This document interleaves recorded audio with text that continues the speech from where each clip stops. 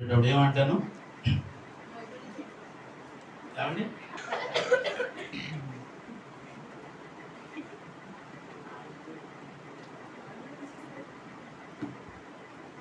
నేను ఏ విషయాలు చెప్తాను మీకు? ఫోన్ సైలెంట్లో పెట్టాలి, వాక్యాన్ని జాగ్రత్తగా భయభక్తులు కలిగి వినాలి. ఇది మొట్టమొదటి సబ్జెక్టు. హల్లెలూయా. దేవుడు ఒక మహాకృపను బట్టి ఆయన సన్నిధిలో ఈ రీతిగా మళ్ళా ఈ వారం ఆయన సన్నిధిలో ఉండడానికి దేవుడు ఎంతో కృపించారు. ముఖ్యంగా ఆరోగ్యం ఇచ్చారు. కృప ఉంటేనే ఆరోగ్యం ఉంటుంది, అవునండి. ఆయన కృప లేకపోతే మనకి ఆరోగ్యం కూడా ఉండదు. ఆయన కృప లేకపోతే ఆరోగ్యం ఒకటే కదండి, ఏది మనకు ఉండదు, అన్నీ కొద్దివే. ఆయన కృప మనకు ఉన్నప్పుడే ప్రతి ఒక్కటి దేవుడు మనకి సమృద్ధినిస్తాడు. హల్లెలూయా. కాబట్టి సమృద్ధి సకల ఆశీర్వాదంలోకి కారణభూతుడైన దేవాది దేవుని సన్నిధిలో మనం ఉన్నాం. కాబట్టి కొన్ని విషయాలలో మనల్ని బలపరుచుకోవాల్సిన అవసరం చాలా ఉంది. ఎందుకంటే ఆశీర్వదించబడ్డాక దేవుడి సన్నిధికి వస్తామని అంటే ఎలా కుదురుతుంది? దేవుడి సన్నిధిలో ఉంటేనే ఆశీర్వదించబడతాం.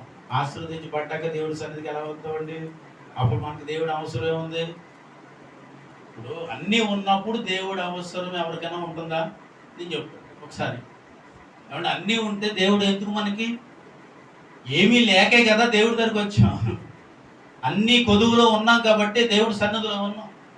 ఎన్నో బాధల్లో ఉన్నాం, ఇబ్బందుల్లో ఉన్నాం, ఇరుకుల్లో ఉన్నాం, వ్యాధుల్లో ఉన్నాం. ఇవన్నీ దేవుడు తొలగిస్తాడని నమ్మకం, విశ్వాసం అందరూ బట్టి దేవుడి సన్నిధిలో ఆయనను ఆశ్రయించి దేవుడి సన్నిధిలో మనం ఈ రీతిగా ఉన్నాం.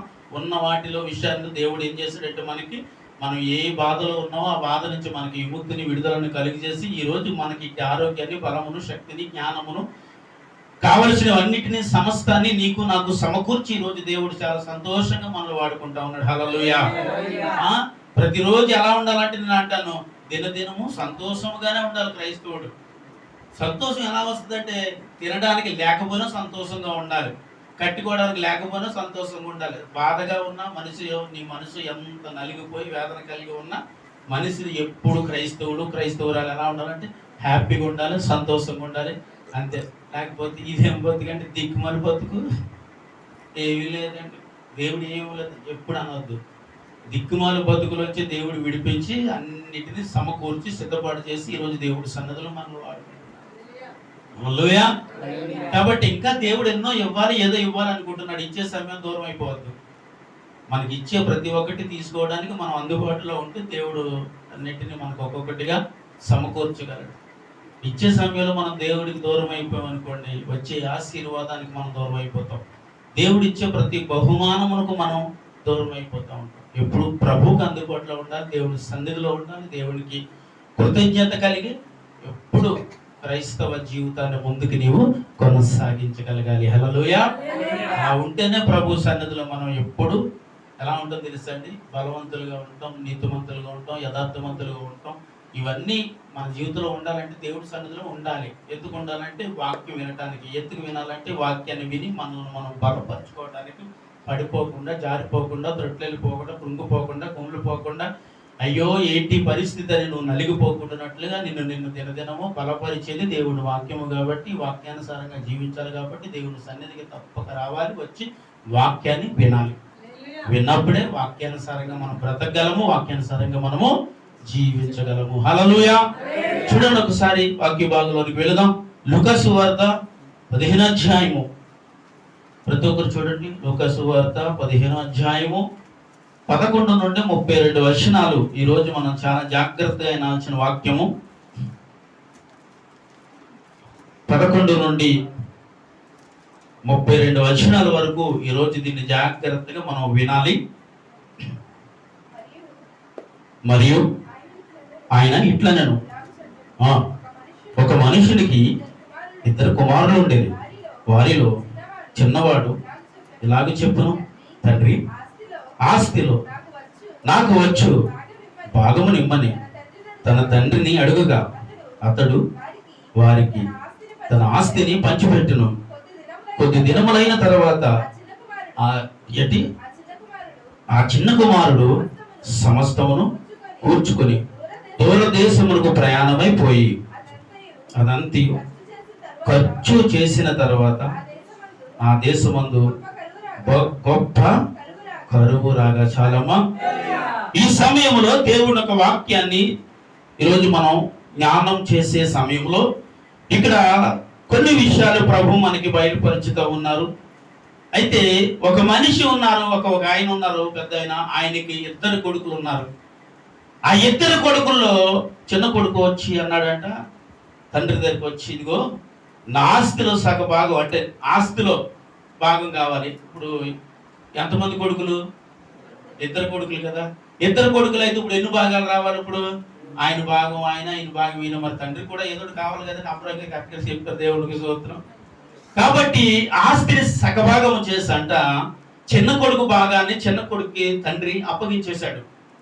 అయితే కొన్ని మాటలు చెప్పే ఉంటాడు, ఇక్కడ మనకు రాయబడలేదు కానీ, ఒరే బాబు, నువ్వు ఒకవేళ నీకు ఆస్తి ఇస్తే పాడైపోతావురా, నీ బ్రతుకు పాడైపోతుందా, నువ్వు సరిగ్గా నడవలేవురా అని తండ్రి కొన్ని విషయాలు కొడుక్కి చెప్పే ఉంటాడు. చెప్పకుండా అడిగిన వెంటనే ఏ తండ్రి ఆస్తిని ఇచ్చేస్తాడండి వెంటనే రాసి? ఈరోజు మీ ఆస్తి రావడానికి ఎన్ని కష్టాలు పడతారో చూసారా? దేవుడికి స్తోత్రం. హల్లెలూయా. ఏమండి, అడిగిన వెంటనే ఏ తండ్రి ఇచ్చాడు కదా. ఇప్పుడు ఇక్కడ తండ్రి అనే ఉంటాడు, రే బాబు, నువ్వు ఆస్తిని ఒకవేళ తీసుకుంటే, ఒకవేళ మరలా ఇది పాడైపోతే, నువ్వు సరిగ్గా నడవడికి బాగోకపోతే, ఈ ఉన్నదాన్ని నువ్వు పాడు చేసుకుంటే, రేపు పొద్దున నీ పెళ్ళి అయిన తర్వాత నీ బిడ్డల పరిస్థితి ఏంటి, నీ భార్య పరిస్థితి ఏంటి, రేపు పొద్దున నా పరిస్థితి ఏంటి అని ఆ తండ్రి ఆ బిడ్డను అడిగే ఉంటాడు అని నేను అనుకుంటున్నాను. అయితే అడిగిన తన సమాధానం ఏంటంటే, నాకు ఇవన్నీ అవసరం లేదు, ఏం కావాలి నాకు? నా ఆస్తి నాకు కావాలి, ఇచ్చేయండి అన్నాడు. తర్వాత ఆస్తిని ఎప్పుడైతే భాగాలుగా చేసి తన కుమారుడిగా అప్పగించాడో, ఆ ఒక వ్యాపారాలు చేసి చెడ్డ అలవాటులతో చెడు వ్యసనాలతో ఆ ఆస్తి అంతటిని కూడా పాడు చేసుకున్న సమయము అతి సమీపంలోనే కుమారుడి పట్ల కనిపిస్తా ఉంది. ఇక్కడ ఎక్కువ రోజులు ఏమీ లేవండి. ఇక్కడ చాలా త్వరగా ఏ ఆస్తి అయితే తీసుకున్నాడో, ఏ ఆస్తి అయితే తన కుమారుడికి తండ్రి రాసి ఇచ్చేశాడో, అదే ఆస్తినంట ఏం చేసుకున్నాడు? పాడు చేసుకున్నాడు. పాడు చేసుకున్న తర్వాత ఇప్పుడు వాడికి ఏమొచ్చిందంటే చాలా భయంకరమైన కరువు వచ్చింది. ఏమొచ్చింది? చాలా భయంకరమైన కరువు వచ్చింది.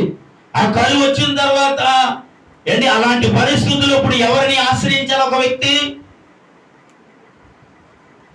ఎక్కడికి వెళ్ళాలి? ఉన్నంత వరకు కళ్ళ కావలముతో నచ్చినట్లుగా ఎలా బ్రతకాలో అలా బ్రతికేశాడు, ఎలా జీవించాలో అలా జీవించేశాడు. ఉన్నదాన్ని బట్టి గర్వించాడు, ఉన్నదాన్ని బట్టి ఇక అయ్యో నాట గొప్పోడే లేడు అన్నట్లుగా తన జీవితాన్ని పాడు చేసేసుకున్నాడు. పాడు చేసుకున్న తర్వాత అన్ని పోయిన తర్వాత ఏమీ లేదు, కరువు వచ్చింది, ఆకలేస్తుంది. ఆకలేస్తూ ఉన్న సమయంలో ఒక వ్యక్తికి వచ్చి, ఒక వ్యక్తి ఎవరో దగ్గర జారపడాలి కదండి, వచ్చాడు. ఒక వ్యక్తి దగ్గర జారపడితే వాడేం చేశాడో తెలుసా? పందులను మేపుటకు పంపించాడు. అంటే పందులు కాయాలి, పందులు కాయడం తెలుసు కదా మీకు. పందులు వాటిని మేపటానికి పంపించాడంట. అవి మేసే సమయంలో పందులు పొట్టు తింటా ఉంటుంటే ఆ పొట్టు తిని వాడు ఆకలి నింపుకోవాలన్నంత బాగా దుఃఖం వాడికి వచ్చేసింది. ఉన్నప్పుడు నచ్చినట్టు బ్రతికేశాడు. ఉన్నప్పుడు ఆస్తిని తగలేసే వరకు ఏమాత్రం వాడికి మనశ్శాంతి లేదు, నిద్ర కూడా లేదు. వాడికి చాలా చక్కగా ఎంజాయ్ చేసేసాడు. ఇదే లోకం అనుకున్నాడు, ఇదే సర్వస్వం అనుకున్నాడు, దీనిని మించిన ఆనందం లేదు అనుకున్నాడు. డబ్బులో ఆనందం ఉందని ఒక మనిషి సంతోషపడకూడదు. ఎప్పుడు లోకంలో ఆనందం ఉందని ఒక మనిషి ఎప్పుడు సంతోషపడకూడదు. లోక సంబంధమైన విషయాలలో సంతోషం ఉందని ఒక మనిషి ఎప్పుడు ఆనందించకూడదు. నేను అంటాను, క్రీస్తు యందు మన సంతోషము. దేవునికి స్తోత్రం. హల్లెలూయా. క్రీస్తు యందు మాత్రమే నీకు నాకు సంతోషము కలదు కానీ మరి దేని మీద ఒక మనిషికి సంతోషం ఉండకూడదు అంటాను నేను. ఎందుకు ఉండకూడదు? ఎందుకు ఉండకూడదండి? ప్రతి దాని పట్ల సంతోషపడకూడదంటే నేను అంటాను, క్రైస్తవులుగా పిలువబడిన మీకు నాకు కూడా అన్నింటి మీద ఒక మనిషి ఏం చేయకూడదు? ఆశ పడకూడదు. కాబట్టి ఆశ పడిపోయి ఇదే నా సొంతం, ఇదే నా జీవితం, ఇదే నా బ్రతుకని ఒక మనిషి అనుకుంటే ఆ మనిషి జీవితం ఒక దినం పాడైపోతుంది. ఆ మనిషి ఆలోచనను బట్టి ఆ మనిషి జీవితము పాడైపోయింది. ఉన్నదాన్ని బట్టి చాలా ఎంజాయ్ చేశాడు, చాలా ఇష్టం వచ్చినట్టుగా తిరిగాడు. అన్ని అయిపోయిన తర్వాత ఆకలి అయితే మొదలు పెట్టింది. ఏది ఉన్నా లేకపోయినా ఆకలి వేస్తుంది కదా. డబ్బు ఉన్నా డబ్బు లేకపోయినా ఆకలి మాత్రం వేస్తుంది కదా. డబ్బులు ఉన్న చెప్పు పచ్చి పర్వణాలు తిన్నాడు, ఇప్పుడు పందులు తినే పట్టు తినడానికి పరిగెత్తుకుని వచ్చాడు. ఆ పందులు తినే పొట్టు దగ్గరికి వస్తే అది కూడా వాడికి తినటానికి యోగ్యత లేదు అక్కడ. అది కూడా దొరకట్లేదు. ఆ పందులే మేసి ఆ మేత వీడికి కూడా దొరకట్లేదు అక్కడ. అయ్యో, ఎంత దరిద్రపు జీవితం వచ్చేసిందో చూసారా. నేను అందుకే అంటానండి, ఒక్కొక్కసారి ధనం ఉన్నప్పుడు మనం కొన్ని విషయాల్లో మనం ఏదైనా అనుకోకుండా మనకి ఏదైనా ఆస్తి కలిసి వచ్చిందనుకో, అప్పుడు మనకి ఎంత గొప్పడికి ఎవరు ఉంటాం, అంత గర్వం కూడా మరి మనకి ఎంత మరి మంచిది కాదేమో అనుకుంటున్నాను. దేవుడికి స్తోత్రం, హల్లెలూయా. అయితే అన్ని రకాలుగా ఉన్నప్పుడే మనం ఏం చేయాలంటేనంట, ప్రభునందు ఒదిగి బ్రతకాలంట.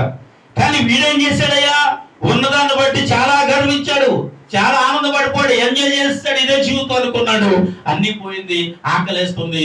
ఆకలేస్తా ఉంటుంటే ఇప్పుడు ఆడికి వచ్చిన ఆలోచన ఏంటో తెలుసా, నా తండ్రి యొద్ద చాలా మంది పనివారు ఉన్నారని చెప్పండి. నా తండ్రి యొద్ద చాలా మంది పనివారు ఉన్నారు, వారికి పెట్టే ఆహారంలో కొద్దిగా ఆహారమైనా నాకు పెడితే సార్, ఆ పనివాడులో ఒక్కడికైనా నేను బ్రతికితే సార్ అని అనిపించేది. ఇప్పుడు హల్లెలూయా. ఒకప్పుడు ఎలాగున్నాడు, ఒకప్పుడు రాజకుమారులో బ్రతికాడండి. ఒకప్పుడు తండ్రి అన్నింటి ఏది కావాలో వాడికి సమస్తాన్ని సమకూర్చాడు.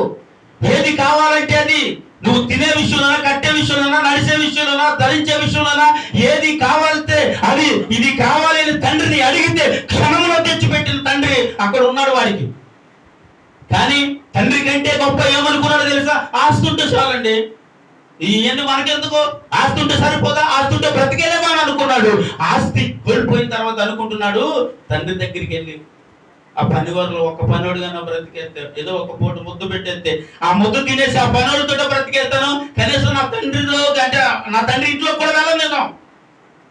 ఎందుకని, ఉన్నదంతా పాడు చేసేసాను కాబట్టి ఇప్పుడు నా తండ్రి ఇంటికి వెళ్ళే యోగ్యత నాకు లేదు, నా తండ్రి ఇంటిలో ఉండే యోగ్యత నాకు లేదు, నా తండ్రితో ఉండే బ్రతుకు నాకు లేదు. ఎందుకంటే పరలోకపు తండ్రి ఎదుర్కొంటే నేను చేసిన భయంకరమైన ఈ పాపము క్షమించరాని పాపము కాబట్టి ఇంకా నా ఇంటికి వెళ్ళే అట్టి యోగ్యత కూడా లేని వాడిని అని ఏడుస్తూ ఏం చేశాడండి, తండ్రి ఇంటికి వచ్చాడా లేదా, వచ్చాడండి. ఎప్పుడు వచ్చాడు, అన్ని అయిపోయిన తర్వాత, అన్ని కోల్పోయిన తర్వాత, వాడికి ఆకలేసిన తర్వాత, బాధ అంటే ఏంటో తెలిసిన తర్వాత, భారం అంటే ఏంటో తెలిసిన తర్వాత, వస్త్రహీనత అంటే ఏంటో తెలిసిన తర్వాత, ఆకలేస్తే ఎలా బ్రతకాలో తెలియక, త్రాగటానికి నీళ్లు లేని పరిస్థితుల్లో ఏం చేయాలో తెలియక మరలా ఎవరిని ఆశ్రయించాడంట, తండ్రిని ఆశ్రయించడానికి మళ్ళీ ఎదురుపడ్డాడు వచ్చాడు. ఎప్పుడైతే మరలా తండ్రి వాడిని చూశాడో, అలాంటి పరిస్థితుల్లో తన కుమారుడిని చూసి పరిగెత్తుకుని వచ్చాడటండి. ఎలా వచ్చాడు, పరిగెత్తుకుని వచ్చి కొడుకుని కౌలించుకుని మెడ మీద ముద్దు పెట్టి, అయితే వాడు అంటున్నాడు, బాబు దగ్గరికి రావద్దు, నేను యోగ్యుని కాను. చూడండి ఆ మాట చూడండి, 18వ వచనం ఒకసారి చదువుతాను. నేను లేచి నా తండ్రి యొద్దకు వెళ్ళి, తండ్రి నేను పరలోకమునకు విరోధిగాను నీ ఎదుట పాపము చేసింది, ఇక మీదట నీ కుమారుడు అనిపించుకున్నట్టుకు యోగ్యుడును.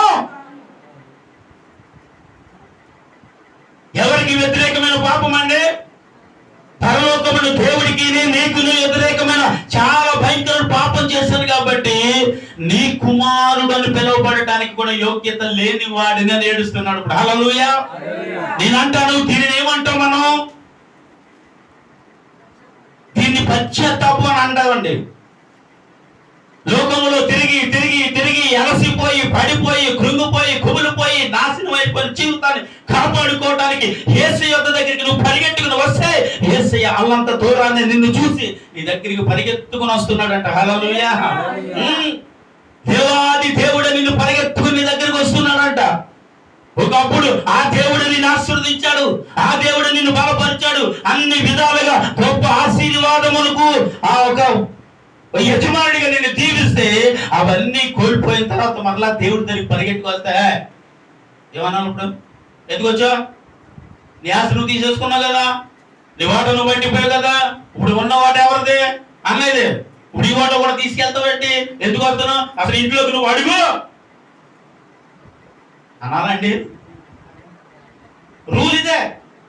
ఎందుకంటే ఆయనకి ఇవ్వాల్సిన మాట ఏం చేశాడు తండ్రి, ఇచ్చేసాడండి. ఇచ్చేసాడు కాబట్టి ఇప్పుడు తండ్రి ఆ కొడుకు వచ్చే విధానం చూసేటప్పుడు వాడు ఎలా ఉన్నాడంటే సిరిగిపోయిన బట్టలతో చాలా చండాలంగా అసహ్యంగా భయంకరమైన పరిస్థితుల్లో తండ్రికి ఎదురుపడ్డాడు. తండ్రికి ఎదురు పడితే తండ్రి వాడి పరిస్థితిని చూడగానే అర్థమైంది. ఏమయ్యాడని? వీడి జీవితం పాడైపోయింది, ఉన్న ఆస్తి తగలేసేసాడు, సర్వనాశనం చేసేసాడు, ఇప్పుడు మరలా నా దగ్గరికి వస్తున్నాడు అని అల్లంత దూరమును చూడగానే తండ్రికి అర్థమైపోయింది వీడి పక్కకు జీవితం. ఈ లోకములో ఉన్న ఒకవేళ తండ్రి తల్లి అలాగంటారేమో కానీ పరలోకపు తండ్రి నేను అలా అనేవాడు కాడు కదా. అందుకనే ఏం చేశాడండి? ఆ పాడైపోయిన వాడికి, ఆ చెడిపోయిన వాడికి, ఆ దీనములో ఉన్న వాడికి, ఆ భయంకర పరిస్థితుల్లో ఉన్న వాడిని ఏం చేశాడు? మరలా పరలోకపు తండ్రి పరిగెత్తుకుని పోయి ఆ వాడిని దగ్గరికి తీసుకుని వాడి ఇంటను అంటే దేవుడి ఇంటను చేర్చుకున్నాడు. స్తోత్రం చెప్పాలి. హల్లెలూయా. వాడిని మరలా తన ఇంటను చేర్చుకున్నట్టున్నాడు. పని వారిని పిలిచి చూడండి, ఆ చదువుకుంటూ వెళ్ళండి వరుసగా క్రమంలో.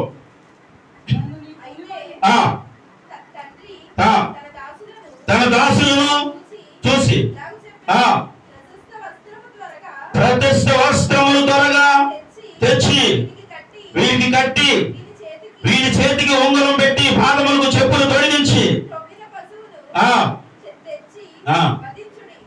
అయితే ఇక్కడ తన తండ్రి వెంటనే తన కుమారుని దగ్గరికి తీసుకుని, పర్వాలేదురా బిడ్డ, తప్పు చేస్తే చేస్తావు, పాపం చేస్తే చేస్తావు, ఉన్నదంతా కోల్పోతే కోల్పోయావు, కానీ నీకు నేను ఉన్నానురా అని తన తండ్రి తన కుమారుని దగ్గర తీసుకుని వెంటనే తన పని వారిని పిలిచి, వీడంటాడు, బాబు వద్దు, నీ ఇంట్లోకి నేను రాని కానీ నీ పని వారిలో ఒక్కడే ఉంటావు, నాకు 2 పూట్ల కొద్ది ఆహారం పెడితే చాలు అని వీడంటే తండ్రి అంటాడు కదా, రా. తనను దగ్గర తీసుకుని పని వారిని పిలిచి మంచి వస్త్రాలు తీసుకురండి, వాడి చేతికి ఉంగరం తీసుకురండి, వారి కాళ్ళకు ఈ 3 తీసుకొచ్చి నా కుమారుడికి తొడగండి. ఇప్పుడు వారు ఎలా ఉండాలి? మరలా రాజులా ఉండాలనుకుంటున్నాడు. హల్లెలూయా, హల్లెలూయా. ఎలా ఉండాలనుకుంటున్నాడండి? పాడైపోయినా, పాడు చేసుకున్న, నాశనం చేసుకున్న పరలోకపు తండ్రి ఎదుట భయంకరమైన పాపాత్ముడుగా నిలబడిన వాడిని క్షమించగును నా తండ్రికి మాత్రమే ఉందండి. స్తోత్రం చెప్పాలి. హల్లెలూయా. అంటే నా తండ్రికి మాత్రమే ఉంది, ఆయన మాత్రమే క్షమించగలడు, ఆయన మాత్రమే క్షమించి కోల్పోయినదంతా మళ్ళీ తిరిగి తనకు ఇవ్వగలిగిన గొప్ప దేవుడు ఎవరండి? యేసుక్రీస్తు ప్రభు. హల్లెలూయా. కానీ నేను అంటాను, వీటన్నిటిని ఒకప్పుడు దేవుడు మనకి ఇచ్చాడు. వీటన్నిటిలో దేవుడు మనల్ని ఆనందించమని కావలసినవన్నీ సమస్తాన్ని సమకూర్చిచ్చాడు. ఇచ్చిన నీవు ఎప్పుడు ఒకే రీతిగా ఆయన యందు భయభక్తులు కలిగి నువ్వు బ్రతకగలిగినప్పుడు వీటిని మరలా నువ్వు కోల్పోయే పరిస్థితి రానివ్వడు. ఒకవేళ వచ్చింది, కోల్పోయావు, అన్ని కోల్పోయావు, పడిపోయావు, త్రొట్లైపోయావు, కానీ మరలా ప్రభు దగ్గరికి వచ్చి, ప్రభువా నన్ను క్షమిస్తావా అని అడిగితే క్షమించే దేవుడు కదా యేసయ్యా. అంతేనా? క్షమించేవాడా? క్షమించేవాడు కాబట్టి మనం ఎప్పుడు తప్పులు చేస్తూనే ఉండొచ్చు. ఇది కొంతమంది బాధ ఇదేనండి. ఎన్ని తప్పులైనా చేసేయచ్చు, ఎలాగైనా నచ్చినట్టు నువ్వు ఉండొచ్చు, కానీ ఆదివారం వచ్చేసరికి దేవుడి సన్నిధిలోకి వచ్చి ప్రభువా నన్ను క్షమించంటే మన దేవుడు క్షమించేస్తాడని బోధించేస్తారు. ఈ మధ్యకాలంలో బోధించేస్తా ఉంటే మనిషి వారం అంతా లోకంలో బ్రతికేస్తున్నాడు, వారం అయ్యేటికి దేవుడి సన్నిధిలో బ్రతికేస్తున్నాడు. ఇంకా ఈయనకేముంటుంది దేవుడి భయం? ఎక్కడుంటుంది దేవుడి భయం? ఎలా బ్రతకగలవు దేవుడి యందు భయభక్తులు కలిగి? క్షమించే దేవుడే. నీ జీవితంలోకి పశ్చాత్తాపం వచ్చినప్పుడు, తండ్రి నీ ఎదుట నేను పాపం చేశాను కాబట్టి నేను నీ ఎదుట నిలవబడటానికి కూడా యోగ్యులు కాను, నీ సన్నిధిలో ఉండటానికి కూడా యోగ్యులు కాదు, నేనెందుకు పనికిరాని వాడిని ప్రభువా అని దేవుని సన్నిధిలోకి వచ్చి ఏడుస్తుంటే దేవుడు అంటున్నాడు, ఏం పర్వాలేదు, ఇప్పుడు వరకు జరిగిందంతా మర్చిపో, ఇప్పటి నుంచి నీ జీవితాన్ని నీ బ్రతుకును మార్చుకోవాలి. అది లెక్క. మార్చేసుకోవాలి, ఇంకా మార్చేసుకోవాలి, తన జీవితాన్ని మార్చేసుకోవాలి, తన బ్రతుకును మార్చేసి తన ఆలోచన మార్చేసుకోవాలి ఇప్పుడు. ఎందుకంటే తనకు ప్రశస్తమైన వస్త్రాలు ధరించమన్నాడు, చేతికి ఉంగరం, ఉన్నతమైన స్థితి, కాళ్ళ చెప్పులు, నడివడికి సాదృశ్యము. ప్రశస్తమైన వస్త్రం అంటే దేనికి సాదృశ్యం?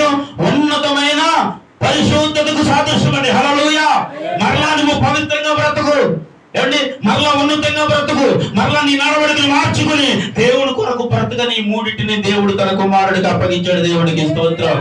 హల్లెలూయా.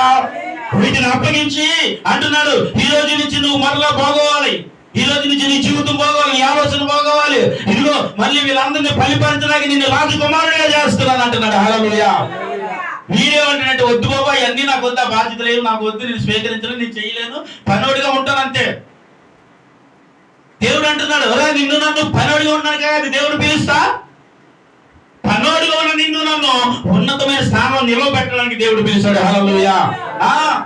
లోకంలో బ్రతుకుతున్న నిన్ను నన్ను, లోకంలో జీవిస్తున్న మనలను, పాపంలో బ్రతుకుతున్న మనలను, వ్యభిచారములు, పాపపు క్రియలు, బస్సు జీవితంలో జీవిస్తున్న మన బ్రతుకులు దేవుడు మార్చి ప్రతిష్టమైన క్రియలతో దేవుడి సన్నిధిలో పవిత్రంగా బ్రతుకుతారని మార్చి ఆయన సన్నిధిలో నిలవబెట్టాడు నిన్ను నన్ను. ఈ రోజు దేవుడు హల్లెలూయా. ఆయన సన్నిధిలో నిలవబడి నువ్వు ప్రతిరోజు ఏడవలసిన ఏడుపు ఒకటే, ప్రభా నేను పాపిని, నేను పాపాత్ముని, పాపాత్మురాలని, నా జీవితము నీ ఎదుట పవిత్రంగా లేదు. ఎందుకంటే బైబిల్లో మాట ఉంటుంది, నా నీతి క్రియలు నీ ఎదుట మురుకు గుడ్డల వల్ల ఉన్నవి. నువ్వు ఎంత భక్తి జీవితం చేస్తున్నా అది మురుకు జీవితమేనంట. ఎంత పవిత్రంగా బ్రతుకుతున్నా అది మురుకు జీవితమేనంట. ఎంత ప్రదర్శనగా నువ్వు బ్రతుకుతున్నా అది మురుకు జీవితమేనంట. అబ్బో నా అంత పవిత్రత మరొకడు లేడు, పవిత్రంగా పరిశుద్ధంగా నాకే మరి ఎవరు జీవితంలో అనుకుంటే ఇక్కడ వాక్యం అంటుంది, అది నా ఎదుట మురుకు గుడ్డల వల్ల ఉన్నవి. హల్లెలూయా. దేవుని ఎదుట నీవు నేను ఎలా ఉన్నావంటే మురుకు గుట్టలుగానే ఉన్నావు. నీ భక్తి జీవితం సరిపోదు, నీ ప్రార్థన జీవితం సరిపోదు, నీ పవిత్రత, నీ పరిశుద్ధత ఏమి దేవుని ఎదుట త్రోగోపిట. ఏమవు? ఎందుకంటే ఆయన పవిత్రుడు, పరిశుద్ధుడు. ఆయన ఎదుట మనము ఎంత భక్తి చేసినా నీ భక్తి నా భక్తి మురుకు గుడ్డలాగే ఉందంట దేవుని ఎదుట. ఇప్పుడు పవిత్రంగా కనపడాలంటే ఇప్పుడు ఎంత భక్తి చేయాలి? నువ్వు ఎంత భక్తి చేసినా మురుకు కొట్టే అంటున్నాడు దేవుడు ఇక్కడ. ఎంత పవిత్రంగా బ్రతికినా మురుకు కొట్టే అంటున్నాడు ఇక్కడ. అంటే ఎంత భక్తి చేస్తే నువ్వు మంచివాడిగా నేను దేవుడు కొలుస్తాడు, మంచివాడిగా దేవుడు నిన్ను తీసుకుంటాడు. ఎంత భక్తి చేస్తే, ఎంత పవిత్రంగా బ్రతికితే నువ్వు పవిత్రుడు పరిశుద్ధుడు అని నిన్ను దేవుడు అనగలడు. అంటే ఇప్పుడు నీ భక్తి నా భక్తి దేవుడి ఎదుట ఏమీ సరిపోవట్లేదండి. సరిపోకే ఇంకా ఎలా ఉండిపోయాం మనం. ఆ పరలోకపు తండ్రి ఎదుట నీ పాపాన్ని నా పాపాన్ని ఒప్పుకోకే ఇంకెలా ఉండిపోతున్నా మురుకు గుట్టలుగా. పరిగెత్తుకుని వచ్చి, అయ్యా నీ ఎదుట నేను నిలవబట్టడానికి యోగ్యత లేదు. ఎప్పుడైనా అన్నామండి? చెప్పండి. దేవుని ఎదుట ఎప్పుడైనా మనం ఒప్పుకున్నామా?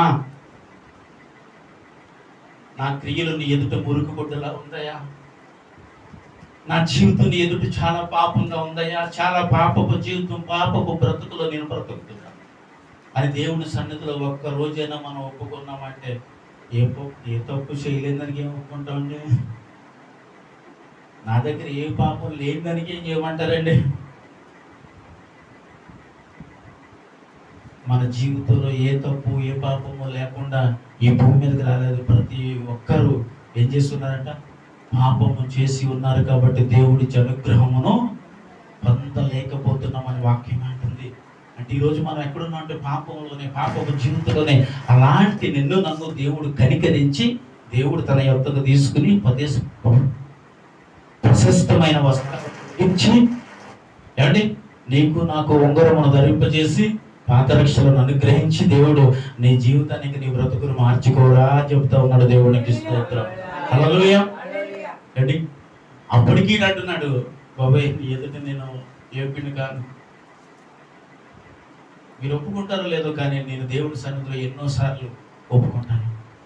నేను చిన్న తప్పు చేసిన, చిన్న మాట నాకు ఒకవేళ వ్యతిరేకమైన మాట మాట్లాడిన వెంటనే నాకు వచ్చేది ఇదే, అయ్యా నీ ఎదుట తప్పు చేశాను, నీ ఎదుట పాపం చేశాను, నీ చేత క్షమింపబడడానికి యోగ్యుడిని కానయ్యా.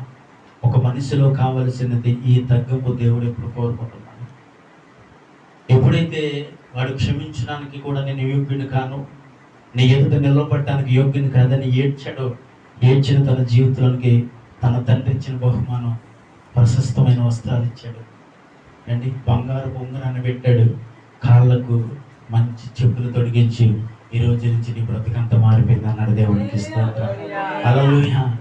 పని వారిని పిలిచి అంటున్నాడు, ఇదిగో తీసుకురండి, గొర్రెలను వధించండి, మేకలను వేసేయండి శుభ్రంగా. ఈ రోజు మన ప్రాంతంలో ఉన్న, మన ఊరిలో ఉన్న ప్రతి ఒక్కరికి భోజనాలు ప్రకటించండి, అందరిని భోజనాలకు వచ్చేవాడిని అన్నాడు. దేవునికి స్తోత్రం. అంటే ఎప్పుడైతే ఈ మాట అన్నాడో, ఈ మాట అనేసి వాయిద్యాలతో చాలా అడవుడు చేసేస్తున్నారు. ఎక్కడండి? తండ్రి ఇంట కొడుకు వచ్చాడని చాలా గ్రాండ్ సెలబ్రేషన్ చేస్తున్నాడు. మ్యూజిక్ సిస్టమ్ పెట్టించాడు, పాటలు పెట్టించాడు, ఫోటో చాలా అద్భుతంగా జరుగుతుంది. అక్కడ జరుగుతున్న సమయంలో సౌండ్ విన్నాడు పెద్ద కొడుకుని పొరలో చూస్తున్నాడు. వీడు వద్దు ఏం చేశాడంటే, వినరే ఏదో సౌండ్ వినపడుతుంది మా ఇంటికాడి నుంచి అన్నాడు. అంటే ఏమడు బాబే అన్నాడు. ఒకసారి ఇంటికి వెళ్ళి చూసినా, ఎప్పుడైతే పెద్ద కొడుకు ఆ మాట అన్నాడో, తన పనివాడు వెళ్ళి ఏం చేశాడు, ఇంటి దగ్గరికి వెళ్ళి చూసేసరికి తమ్ముడు వచ్చాడు. బాబు, మీ తమ్ముడు వచ్చాడండి, మీ నాన్నగారు చాలా మరి విందు కార్యక్రమం ఏర్పాటు చేస్తున్నాడు, నాట్యాలతో చాలా అద్భుతంగా ఉంది, మీ ఇల్లంతా చాలా పండగలా ఉందన్నాడు. ఈడు కోపం నుంచి బయట కూర్చున్నాడు. ఆడికంటే దరిద్రుడు. దేవుడికి స్తోత్రం. హల్లెలూయా. ఏమంటే వీడు బయట ఉన్నాడు. ఇప్పుడు వీడు బయట ఉండి ఎవరు పంపించాడు? ఆ కొంప ఎవరురా బాబు? నీదే కదా, నువ్వే వెళ్ళొచ్చుగా. నీ పనివాడు ఎందుకు పంపించడం? నిజమండి. కొన్ని విషయాలలో మన కుటుంబాల్లో సమస్య వచ్చినప్పుడు ఎవరిని పంపిస్తారు? మధ్యవర్తిని పంపిస్తారు. మధ్యవర్తిని ఎవరు పంపిస్తారంటే, వాళ్ళకి వీళ్ళకి సంబంధం లేని బ్రతుకు ఒకవేళ ఉంటే పంపిస్తారు. ఈడికేట ఆ బ్రతుకు లేదుగా, తండ్రితోనే ఉంటున్నాడుగా, తండ్రితో జీవిస్తున్నాడుగా. వెళ్ళి ఇంటికి వెళ్ళి, నాన్న ఏంటి ఏడావిడ, ఏం జరుగుతుందని అడగచ్చుగా. వీడు ఏం చేశాడంటే, ఎలా వెళ్ళి కొనుక్కుంటా, ఏం జరుగుతూ ఉంది అక్కడ? నీ తమ్ముడు వచ్చాడండి, చాలా అద్భుతంగా ఉంది, కోట జరుగుతుంది అక్కడ అన్నాడు. వీడు వెంటనే ఆశ్చర్యం. ఏంటి మళ్ళీ అక్కడ తిరిగి వచ్చాడా? ఆస్తి అంతా పాలు చేసి ఇచ్చాడా? మళ్ళీ తిరిగి వస్తే మా తండ్రి వాడికి మంచి వస్త్రాలు ఇచ్చాడా, ఉంగరం పెట్టాడా, చెప్పులు తడిగాడా, మేకలు వదులుతున్నాడా, ఊరందుకు భోజనాలు పెడతాడా, అంటే ఉన్న అత్త కూడా మళ్ళీ అడిగి అప్పగిస్తాడా వీడు అంటున్నాడు. వీడు ఎక్కడ కూర్చున్నాడు? ఇప్పుడు ఇంటి బయట కూర్చున్నాడు. నేను లోనకి రాను ఏమంటాడండి? ఇప్పుడు నీ లోనకి రాను. తండ్రి వచ్చాడు, బాబు ఏమైంది, ఎందుకు రానంటున్నావు? నువ్వు ఇచ్చిన ఆస్తి అంతటిని తీసుకెళ్ళి తను ఏం చేశాడు? సర్వనాశనము. చెప్పాలండి, ఆస్తి అంతటిని పాడు చేశాడు, సర్వనాశనం చేశాడు, వాడు వ్యభిచారం చేశాడు. వాడు వ్యభిచారం ఏం చేశాడని రాయబడలేదు బైబిల్లో. వీడంటున్నమాట, వాడి వ్యాపారాలు బట్టే, వాడికి ఉన్న వ్యసనాలు బట్టే పాడు చేశాడు. అయితే వీడంటాడు కదా, వాడికి ఉన్న వ్యాపారాలు, వాడికి ఉన్న వ్యసనాలు, వాడు వ్యభిచారం వల్ల తగలేసుకుని వస్తే మళ్ళీ వాడు ఏం చేసావు, మళ్ళీ ఇంట్లోకి ఎలా రానిచ్చారమ్మా? మళ్ళీ ఇంకోటి ఏంటో తెలుసా? ఏంటి నువ్వు మేకలు ఇచ్చేందుకు, కోళ్ళు వేస్తున్నావు, కుక్కలు కోసేస్తున్నావు. నువ్వు ఎవరికి? ఊరందరికీ భోజనాలు పెట్టడానికి. నా ఫ్రెండ్స్ ఎప్పుడైనా ఇంటికి వస్తే కనీసం ఒక కోడి పిల్లల కోసం అంటుండే వాడు. ఏది కోసం? ఒక కోడి పిల్లల కోసి భోజనం పెట్టావా? ఎప్పుడన్నా ఇంట్లో సమస్య వచ్చిందా? అలాగే నీ పుట్టినరోజుకి ఎవరికన్నా చెప్పకుండా మీ చెల్లి పుట్టినరోజుకి ఆనందం పిలిచింది అనుకో, అన్నావు ఎప్పుడన్నా? అబ్బో ఇలాంటివి చాలా ఇంటి ఉంటాం మేము. మా చెల్లి పుట్టినరోజు చేసినట్టు అయ్యారు, ఆ పెళ్లి అందరూ పిలిచింది అయ్యారు, చక్కగా భోజనం పెట్టింది. నా పుట్టినరోజు కానీ నేను బట్టలు కూడా పడలేదు అంటాడు. ఇప్పుడు అదే పరిస్థితి వీడికి. ఇక్కడ ఇద్దరిని సమానంగా చూడాలా? అంతే కదా, ఇద్దరిని సమానం చూడాలా? మా కూతురు కొడుకు చూడకూడదా? అదేంటంటే రేపు పొద్దున బయటికి వెళ్ళి కాకపోతే కొద్ది ఆలపాలన చూసి మంచి చెడ్డ చూడాలి కదా. కొడుకు ఎప్పుడు కాగలి ఇంట్లోనే ఉంటాడు కదా. దేవుడికి స్తోత్రం. హల్లెలూయా. కాబట్టి కొంత వెళ్ళిపోయే వరకు ఆడపిల్ల కాబట్టి కొంత జాగ్రత్తగా చూసుకోవాలి. ఇది కొంతమంది తల్లిదండ్రులు కాన్సెప్ట్. వీడేమంటాడంటే, కనీసం మా ఫ్రెండ్స్ వస్తే కోడి పిల్ల కూడా కోసి భోజనం పెట్టలేదు అంటాడు. ఇప్పుడు ఈ తగు ఎవరు తీర్చాలి? తండ్రి తగు తీర్చుకుంటున్నాడు. రే బాబు, ఇక్కడ ఉన్న ఆస్తి అంతా నీదే, ఈ గొర్రెలు నీదే, ఈ ఆస్తి నీదే, ఇల్లు నీదే, అన్ని నీదే కదా. నువ్వు ఏది కాదా తిని, ఏది కాదా ఎప్పుడు నువ్వు ఏదడిగినా నీకు కాదన్నా ఇక్కడ అంటున్నాడు. నేను ఒక విషయాన్ని చూటిగా చెప్పగలను. ఈయన బయటికి తిరిగి చెడిపోతే ఈయన ఇంటిలోనే ఉండి చెడిపోయాడు. ఇప్పుడు ఈయన ఊరంతా తిరిగి చెడిపోయాడు, ఉన్నత తగలేశాడు, పాడు చేశాడు, లేని స్థితిలో పరిగెట్టుకుంటా మరలా ఎక్కడికి వచ్చాడు? అది తండ్రి అన్న ఒకే ఒక మాట నాకు చాలా ఇష్టం. ఆ మాటను చూపిస్తాను ఒకసారి. 24వ వచనం, 15వ అధ్యాయం 24వ వచనం. ఈ నా కుమారుడు చనిపోయి మరలా బ్రతికి తప్పిపోయి దొరికినని చెప్పును, అంతటా వారు సంతోషించసాగారు. చప్పుడు కూడా వేసాను ఇప్పుడు. తండ్రి అంటున్న మాట ఏంటో తెలుసా? అరే బాబు, వీడు చచ్చిపోయి మళ్ళా తిరిగి బ్రతికేరా, ఎందుకురా వాడికి పడి నువ్వు కోలు పెడుతున్నావు? వీడు లోకంలో పడి లోకానుసారంగా తిరిగి వాళ్ళని పాడు చేసుకుని చివరి సమయంలో అన్ని కోల్పోయి మరలా నేను ఉన్నానన్న ఒకే ఒక ఆశతో వాడు తిరిగి వచ్చాడు రా. వాడు చచ్చిపోడు అనుకున్నాను, కానీ నేను అంటాను సచ్చి మరలా వాడు బ్రతికాడు అంటున్నాడు తండ్రి. సచ్చి మరలా బ్రతికడం అంటే ఆత్మ సంబంధమైన విషయంలో వాడు చచ్చిపోయాడు. భౌతికంగా బ్రతిక ఉన్నాడు కదండి, ఊకెట్టడం కాదు చెప్పాలి. భౌతికంగా వాడు బ్రతికే ఉన్నాడు, ఆత్మపరంగా చచ్చిపోయాడు. దేవునికి స్తోత్రం. హల్లెలూయా. వాడు ఆత్మపరంగా చచ్చిపోడు, భౌతికంగా వాడు బ్రతికే ఉన్నాడు. కానీ తండ్రి అన్న మాట ఏంటో తెలుసా? అయ్యా వాడు సచ్చి మరలా తిరిగి బ్రతికాడు రా అంటున్నాడు. ఒకవేళ లోకంలో మనం పడిపోతే నీకు నాకు దేవుడు పెట్టిన పేరు ఇదేనండి. లోకములోనో లోక ఆశలోనో శరీర సంబంధమైన ఆ విషయాలలోనో లోక సంబంధమైన దేనిలోనైనా ఒకవేళ నీకు ఆశ కలిగితే ఆశలో నువ్వు పడినప్పుడు చచ్చిపోతావు. ఈయనంటున్న మాట ఏంటంటే చచ్చిపోయాడు రా మళ్ళీ తిరిగి బ్రతికాడు. ఈ మాట వినేటప్పుడు నాకు ఎంత ఒక పక్కన ఆనందం, మరొక పక్కన బాధ అనిపించింది. బాధ ఎందుకంటే లోకంలో పడి చచ్చిపోయాడు, ఆనందం ఎందుకంటే తిరిగి మరలా బ్రతికాడు. దేవుడికి స్తోత్రం. హల్లెలూయా. ఏమండి, లోకంలో బ్రతకడం ఎందుకు, మరలా తిరిగి బ్రతకడం ఎందుకు? ఆల్రెడీ చచ్చిపోయిన నీ జీవితాన్ని దేవుడు మరలా ఏం చేశాడు? బ్రతికించాడు తన రక్షణ ద్వారా. దేవుడికి స్తోత్రం. చచ్చిపోయిన నీ జీవితమే ఎప్పుడు చచ్చిపోయానండి? బ్రతికుండగానే దేవుడు సన్నిధికి వచ్చారుగా, బ్రతికుండగానే దేవుడు సన్నిధికి వచ్చావు. కానీ దేవుడు అంగీకరణ మునుపు నీవు ఈ లోకపరమైన జీవితం మనం జీవించేటప్పుడు మనము ఆత్మపరంగా చచ్చిపోయిన వారమే. చెప్పండి, ఆత్మపరముగా చచ్చిన వారమే. భౌతికంగా బ్రతికే ఉంటాం, భౌతికంగా నవ్వుకుంటూనే ఉంటాం, భౌతికంగా జీవిస్తూనే ఉంటాం, భౌతికంగా నీ ప్రయాణం చేస్తూనే ఉంటావు. కానీ దేవుడి దృష్టిలోనే రాయబడిన మాట ఏంటంటే ఆత్మపరంగా వాడు చచ్చిపోయాడు, తిరిగి మళ్ళా వాడి ఇంటికి తప్పిపోయి తిరిగి వచ్చాడని ఆనందిస్తున్నాడు అంటున్నాడు తండ్రి అంటున్నాడు. పాపం, ఒకవేళ ఎప్పుడైనా నీ జీవితం ఇలా పడిపోయినప్పుడు, జారిపోయినప్పుడు, తొట్టి వెళ్ళిపోయినప్పుడు తిరిగి మరలా ఒక్కసారి మనం దేవుడి సన్నిధిలో మోకరిస్తాం. దేవా నన్ను ఒక్కసారి క్షమించు ప్రభువా. ఈ లోకంలో ఎన్నో ఆశల్లో బ్రతికి బ్రతికి బ్రతికి మార్పు చెంది మారు మనసు పొంది రక్షణ పొంది నీ సన్నిధికి వచ్చిన నా జీవితాన్ని మరలా కుక్క కక్కిన దానికి తిరిగినట్లుగా నా జీవితం మళ్ళా వెనక్కి ఎప్పుడైతే తిరిగిందో ఆ రోజే ఆత్మపరంగా నేను చచ్చిపోయినాయా.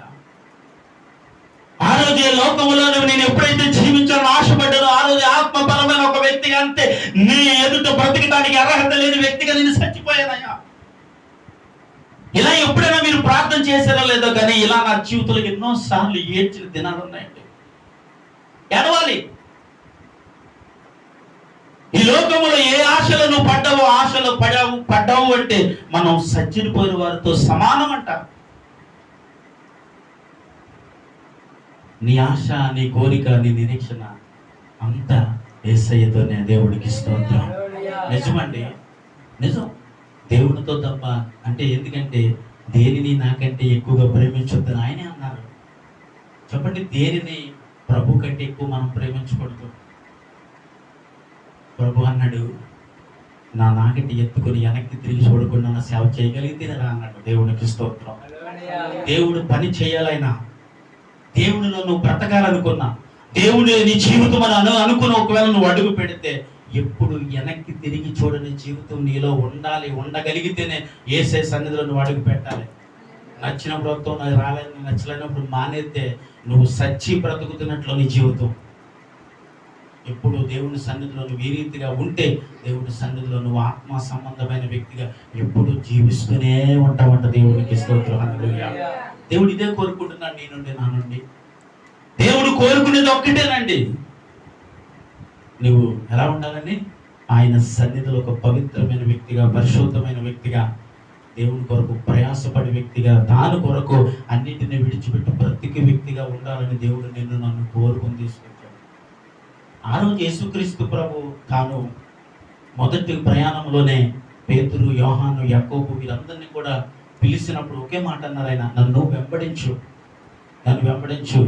అన్నిటిని విడిచి ఒకే ఒక్క మాటకు వారు కట్టుబడ్డారు. తెలుసా అండి? అన్ని బోధలేమి వారికి చెప్పలేదు. ఆయన గొప్పతనాన్ని ఏమి అక్కడ కూర్చుని వాళ్ళ దగ్గర ప్రకటించుకుని ఇదండి ఎందుకు వచ్చాను అందుకు వచ్చాను ఏమీ చెప్పలేదు. వెళ్ళారు.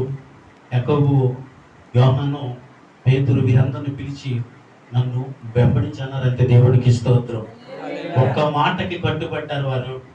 ఈరోజు ప్రతి వారం వాక్యం వింటున్నాం మనం. ఎన్నిసార్లు అండి లోకంలో పడతానే ఉంటాం, జారుతానే ఉంటాం, దొరికి వెళ్తానే ఉంటాం.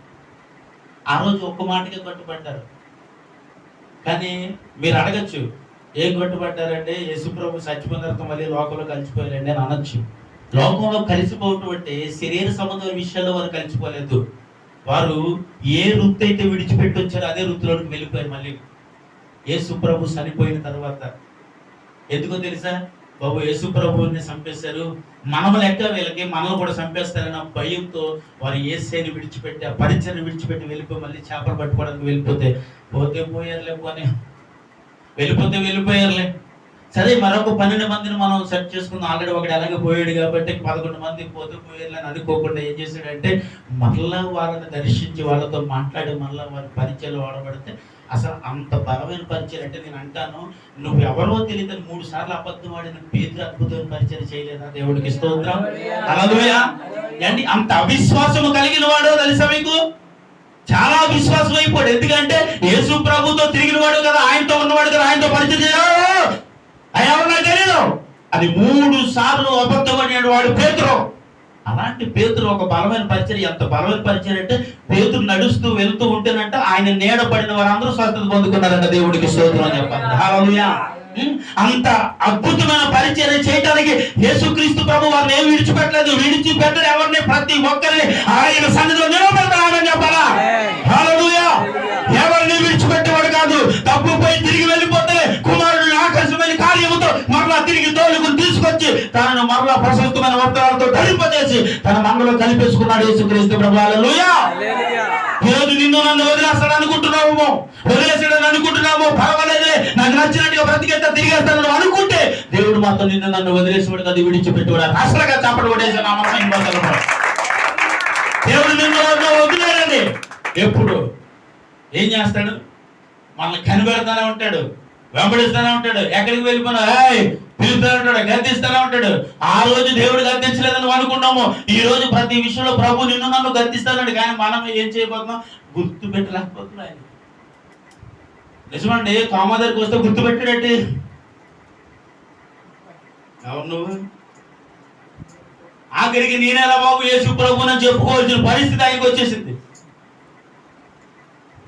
ఎందుకంటే విషయం అంతా తెలుసు. అరే బాబు, నేను చచ్చిపోతాను, 3వ దినాన్ని తిరిగి లేస్తాను, వస్తాను, మిమ్మల్ని కలుస్తాను, మీ దగ్గర కొన్నాళ్ళ పాటు ఉంటాను, తిరిగి తండ్రి దగ్గరికి వెళ్తాను, మీకు సభ సిద్ధపరచడం కొరకు ఇదంతా నేను చేస్తున్నానని యేసుక్రీస్తు ప్రభు కూర్చోబెట్టి చక్కని విందు ఏర్పాటు చేసి అన్ని చేసి చెప్పి వెళ్తే తిరిగి మరలా 3వ రోజు లేచి వచ్చినప్పుడు ఏమంటాడు? అబ్బాబ్బా, యేసు ప్రభు మాకు ప్రభు చంపేశారండి, మీరెవరు? ఆ గాయాన్ని చూసి అంటున్నాడు, ఇదిగో ఈ గాయమును చూసి నువ్వు గుర్తుపట్టగలవంటే వెంటనే మోకరించి, బాబు తప్పు చేస్తాను, నన్ను క్షమించు బాబు, యేసు బాబు నన్ను క్షమించు బాబు అని పాదాలు పట్టుకుని ఏడ్చేస్తున్నాడు. రే, చూసి నమ్మడు వాడి కంటే చూడక నమ్మిన వాడి కదా ధన్యుడు. హల్లెలూయా. ఏండి నువ్వు ఎవరో నాకు తెలియదన్న తోమా కూడా అద్భుతమైన పరిచయం చేసేసాడండి. ఈ రోజు మన భారతదేశానికి పరిచయం అప్పగించిన కూడా ఆయన. చెప్పడు కూడా మరొకసారి. హల్లెలూయా.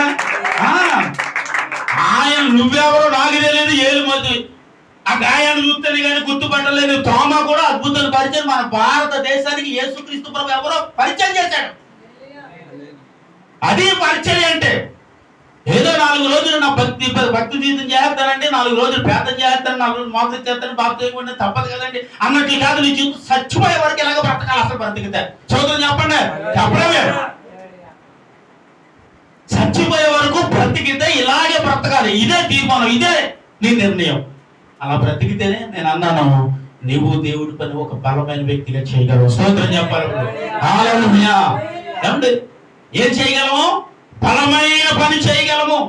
ఎందుకంటే చనిపోయిన మనం మళ్ళీ తిరిగి బ్రతకడానికి క్రీస్తుతో మనం బ్రతికించుకున్నాడు. తీయండి ఒకసారి వాక్యము, ఎఫెసీ 2 పేజీ నెంబర్ 173. హల్లెలూయా. మన అపరాధము చేతును మన పాపము చేతును సచ్చిన వారమై ఉంటే క్రీస్తుతో మనం ఏం చేశాడు? బ్రతకటానికి.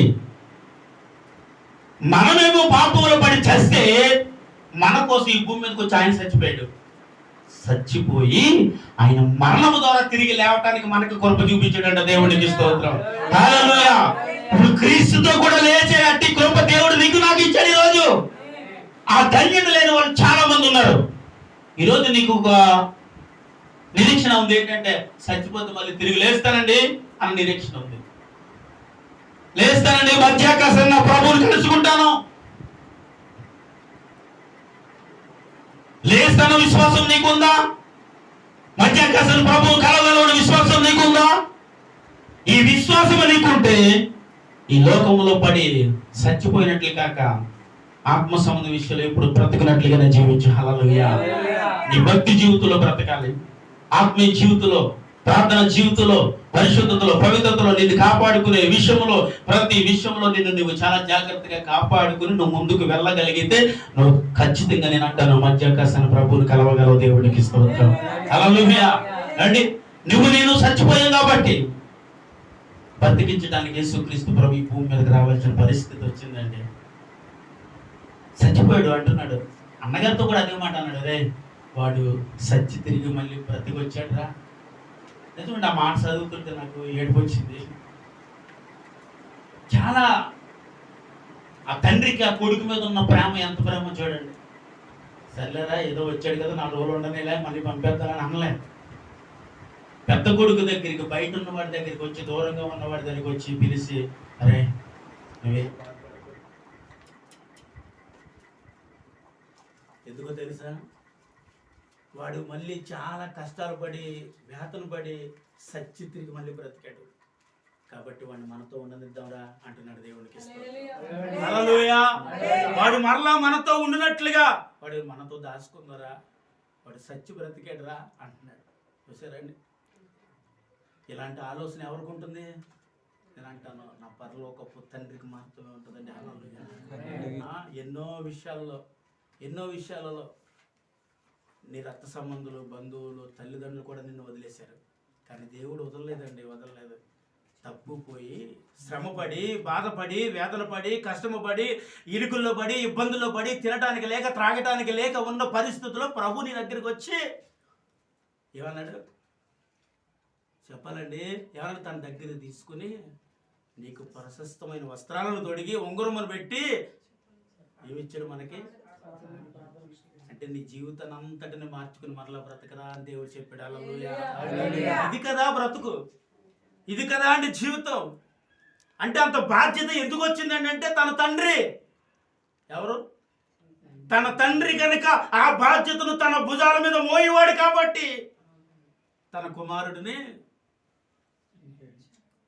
అన్నదమ్ములైనా చేర్చుకుంటారంటారా? అన్నదమ్ముడిగా వాడు ఎందుకు రానిచ్చావు? వాడి ఇంట్లోకి ఎందుకు రానిచ్చావు? మరలా వాడి ఇంట్లో తీసుకొచ్చి మళ్ళీ తడవడి చేస్తున్నావు, డబ్బు ఖర్చు పెడుతుంది, ఇదంతా ఎవరిదే, నా వాటా అంటాడు వీడు. తండ్రి ఏమో పాడైపోయాడు, అన్ని పాడు చేసేసుకున్నాడండి. సరే ఎన్ని పాడైపోయినా, ఎంత పాడు చేసుకున్నా మళ్ళీ తిరిగి ప్రాణాలతో మాకు దక్కాడండి. దేవునికి స్తోత్రం. హల్లెలూయా. ప్రాణాలతో మళ్ళీ తిరిగి మాకు మా చేతులకి అప్పగింపబడ్డాడండి. మాకు ఇది చాలు అనే మనసు తండ్రికి ఉంది. వచ్చిన వాడిని బయటికి తిరిగి నెట్టివే అనే స్వభావం తోడబుట్టిన వాడికి ఉంది. చూసారా అండి, కొన్ని విషయాలలో ఎన్నో విషయాలు నేను చెప్పుంటాను. ఈ విషయం కూడా మీకు తెలియజేస్తుంది. ఏంటి తెలుసా? తోడబుట్టిన వాళ్ళనే కాదు, కన్నవాళ్ళనే కాదు, నీ బంధువులనే కాదు, నీ స్నేహితులనే కాదు, అన్నీ బాగున్నప్పుడు వాళ్ళు నీతో ఉంటారు, కానీ ఏమీ లేనప్పుడు నీతో ఎవ్వరు ఉండరండి. నువ్వు బాగున్నప్పుడు అంటారు, ఏమంటారు? మా తమ్ముడండి, మా అక్కండి, మా చెల్లెండి, మా బావగారండి, మా బావమరుదులండి, వీరందరూ ఎప్పుడు నీ మళ్ళా వరుస కలుపుతారంటే నువ్వు మరలా బాగున్నప్పుడు కలుపుతారు. అదే నువ్వు బాగోగలేనప్పుడు, నీ స్థితి బాగోలేనప్పుడు నీకు తినడానికి లేనప్పుడు, వస్త్రం కట్టడానికి లేనప్పుడు, చాలా తీవ్ర స్థితిలో నలిగిపోయిన బట్టలు వేసుకుని అలా నువ్వు నడుచుకుంటూ వెళ్ళిపోయేటప్పుడు నిన్ను చూసి నీ రక్త సంబంధులైనా సరే రోడ్డు మీద ఆగి కూడా నీతో మాట్లాడరు. ఎందుకంటే మాట్లాడితే ఆ మాట్లాడే వ్యక్తి ఎవరైనా అడిగితే మళ్ళీ నా తమ్ముడనో, నా ఏదో నా వరుస, నా బంధువునో వాడు చెప్పాలని, వాడు నువ్వు సిగ్గేసి నిన్ను చూస్తే మాట్లాడాలన్నది వాడు మళ్ళీ నిన్ను ఎదుటే తల దించుకుని వెళ్ళిపోతాడేమో, కానీ ఆగి నీతో మాట్లాడు ఎవ్వడు ఉండడు. అదే నా పరలోకపు తండ్రి అయితే అలా వెళ్ళిపోతా ఉంటేనే దేవుడు నిన్ను పిలుస్తాడు. బిడ్డ, దేవుడికి స్తోత్రం. హల్లెలూయా. వెళ్ళిపోతా ఉంటేనే దేవుడు నిన్ను పిలుస్తాడు. ఇంకో విషయం ఏంటంటే, ఇక్కడ తన తండ్రి మళ్ళీ చిన్న వస్తువులు తలుపేసండి, ఇవ్వాల్సిందంతా ఇచ్చేసాడు, పాడు చేస్తాడు, తగలేస్తాడు, పాడైపోయాడు, మళ్ళీ తిరిగి వస్తాడు, తలుపేసాడు, వస్తే మీ నా బయటికి వెళ్ళని చెప్పండి అనాలి. స్వార్థం లేని మనసు కదా, వాడి కొరకే ఎదురు చూస్తున్న మనసు కదా, ఎప్పటికైనా మళ్ళా తిరిగి వస్తాడని ఎదురు చూసి ఆశ కదా తండ్రి మనసు.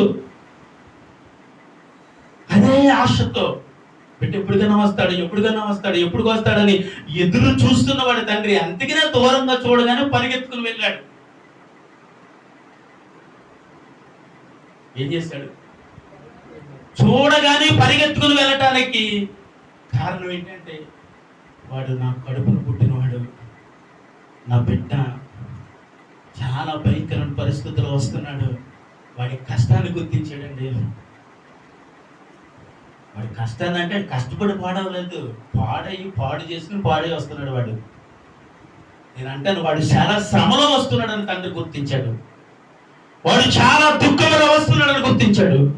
వాడు చాలా గుండె పగిలి సెదిరి వస్తున్నాడని తండ్రి గుర్తించాడు. అన్నిటిని పాడు చేసుకుని ఏమీ లేని స్థితిలో ఆకలి తప్పుకితో వస్తున్నాడని తండ్రి వాడు గుర్తించాడు. కాబట్టి పరిగెత్తుకుని తండ్రి వెళ్ళి కౌగిలించుకుని ముద్దు పెట్టుకున్నాడు. హల్లెలూయా. ఎవరికి ఉంటుంది ప్రేమ? చెప్పాలి. నువ్వు అనుకున్న నీ రక్త సంబంధంలో ఉండదు, నువ్వు అనుకున్న నీ స్నేహితుల్లో ఉండదు, నువ్వు అనుకున్న నీ బంధువుల్లో ఉండదు, అక్కచెల్లెల మధ్య ఉండదు, ఎవరిలోనే ఉండదు. నేను అంటాను, ఈ ప్రేమ యేసయ్యకి మాత్రమే సంబంధించింది. స్తోత్రం చెప్పండి. ఎందుకంటే నువ్వు విలువ పెట్టి కొనబడిన వ్యక్తివి నువ్వు. హల్లెలూయా. ఆయన చేతిలో చెక్కబడిన వస్తువు నువ్వు. హల్లెలూయా. నువ్వు ఎక్కడున్నావు అన్న భయం ఇప్పుడు నీకు లేదు, నాకు లేదు. ఇప్పుడు నేను ఎక్కడున్నానంటే అనుకుంటాను, దేవుని అరచేతిలో ఉన్నాను నేను. నువ్వు చెప్పగలగాలి. నువ్వు ఎక్కడున్నావు అని అడిగితే దేవుని అరచేతిలో ఉన్నానని చెప్పగలగాలి. చెప్పలేకపోతే ఆత్మీయతలో సత్యం. ఎక్కడున్నావు నువ్వు పిలిచినప్పుడు మాట్లాడలేని పరిస్థితి ఆదాము జీవితంలో మనం చూసేసాం. ఎక్కడున్నావు బిడ్డా? ఇక్కడే ఉన్నాను, కానీ నేను కలవలేని పరిస్థితుల్లో ఉన్నాయి. ఎందుకు అన్నావు? ఏం జరిగింది? ఎందుకు పిలుస్తుంటే రాలేకపోతున్నావు? ఆదాము అని పిలిస్తే పరిగెత్తుకుని వచ్చేవాడు కదా. ఆదాము ఎక్కడున్నావు? ఏ పరిస్థితుల్లో ఉన్నావు? ఎక్కడ పడిపోయావంటే, నువ్వు పిలిచినా నీ ఎదుట నేను నిలవపడలేకపోతున్నా. నువ్వు పిలిచినా, ఎందుకంటే నాలో పవిత్రతను కోల్పోయాను, పరిశుద్ధతను కోల్పోయాను, నువ్వు చేయొద్దన్న పనిని చేశాను కాబట్టి నీ ఎదుట నిలబడే యోగ్యత నాకు లేదయ్యా. ఇక్కడ ఇదే కొడుకు చెప్పిన మాట అక్కడ ఆదాము తండ్రితో చెప్పట్లే. ఇక్కడ ఏ కొడుకైతే తన తండ్రితో మాట్లాడుతున్నాడు అదే మాట ఇక్కడ ఆదాము దేవుడితో మాట్లాడుతున్నాడండి. నీ ఎదుట నిలవబడలేదయ్యా. ఎందుకంటే ఎలా ఉన్నాను తెలుసా? దిగంబరుడే ఉన్నానయ్యా. ఎవడు నీకు దిగంబరుడిగా ఉన్నావని చెప్పింది? అర్థం కావట్లేదా? వస్త్రహీనుడు అయిపోయాడని వాడికి అర్థమైపోయింది. చేయకుండా పని చేసేసానని అర్థమైపోయింది. దేవుడి ఎదుట నిలబడి అర్హత కోల్పోయిన ఆదాముకి అర్థమైపోయింది. దేవుడికి నాతో మాట్లాడాడేమో అని ఆదాముకి అర్థమైపోయింది.